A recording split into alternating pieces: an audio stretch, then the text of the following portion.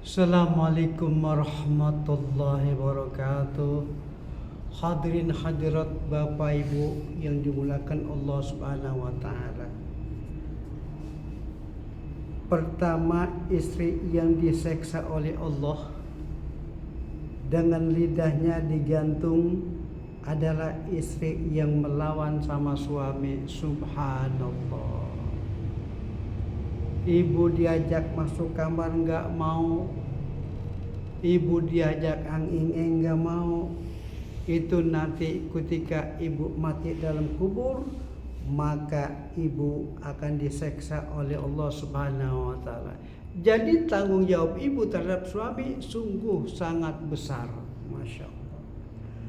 Kedua, diseksa, diikat kedua tangan ibu, ya, yang keluar tanpa izin suami. Makanya akhir zaman ini Bu, banyak di antara wanita dan istri-istri, ibu-ibu, ya, yang keluar tanpa izin suami. Masya Allah. Itu hukumnya haram Bu.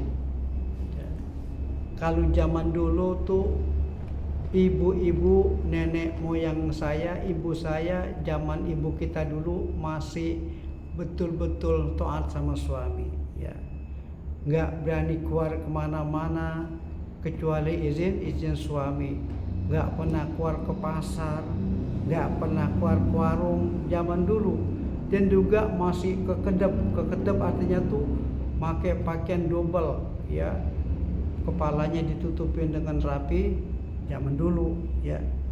Itu jadi ibu-ibu dulu mah nggak berani keluar kemana-mana kalau tanpa izin suami. Kalau sekarang mah di mana aja banyak ibu-ibu, di pasar, di perjalanan, ya udah gitu ibu-ibu banyakan yang pakai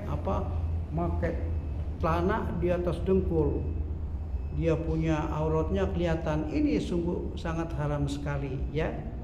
Oleh karenanya patutilah suami kalau ibu-ibu pengen masuk surga, ya.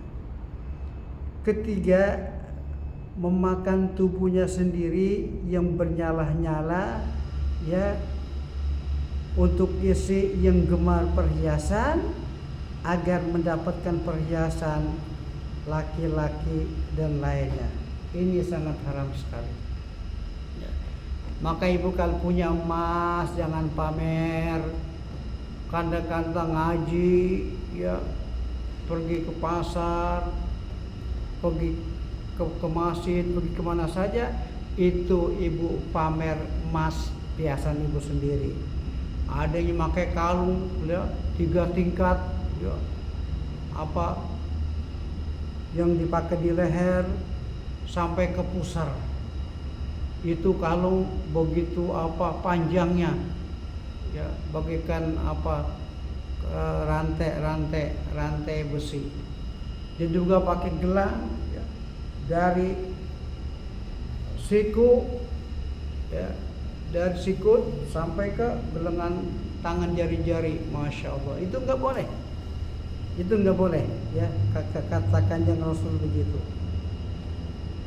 Keempat, istri yang berubah menjadi anjing dipukul oleh malaikat Zabaniyah. Masya Allah. Nanti bagi ibu yang tidak patut dengan suami, yang lawan dengan suami, yang kedua yang pamer perhiasanannya, nanti ketika dalam kubur maka ibu dipukul, diseksa oleh malaikat Zabaniyah sehingga ibu menjadi anjing nanti. Subhanallah. Kelima, diikat tangan oleh ular neraka. Tuh, ya. Ibu kalau tidak taat sama suami, tidak sayang sama suami, maka nanti tangan ibu adalah diikat oleh ular yang dari neraka. Sangat besar siksaan ibu. Makanya hati-hati selagi ibu hidup di dunia, sayangilah, taatilah suami ibu. Kelima, digantung sendiri dari neraka, ya, adalah istri yang selalu pamer perhiasanannya. Itu nanti ibu gantung sendiri. Enggak digantung sama malaikat, sama siapa enggak, kecuali ibu sendiri yang menggantung nanti dirinya. Ketujuh diikat kaki payudara ibu, ya.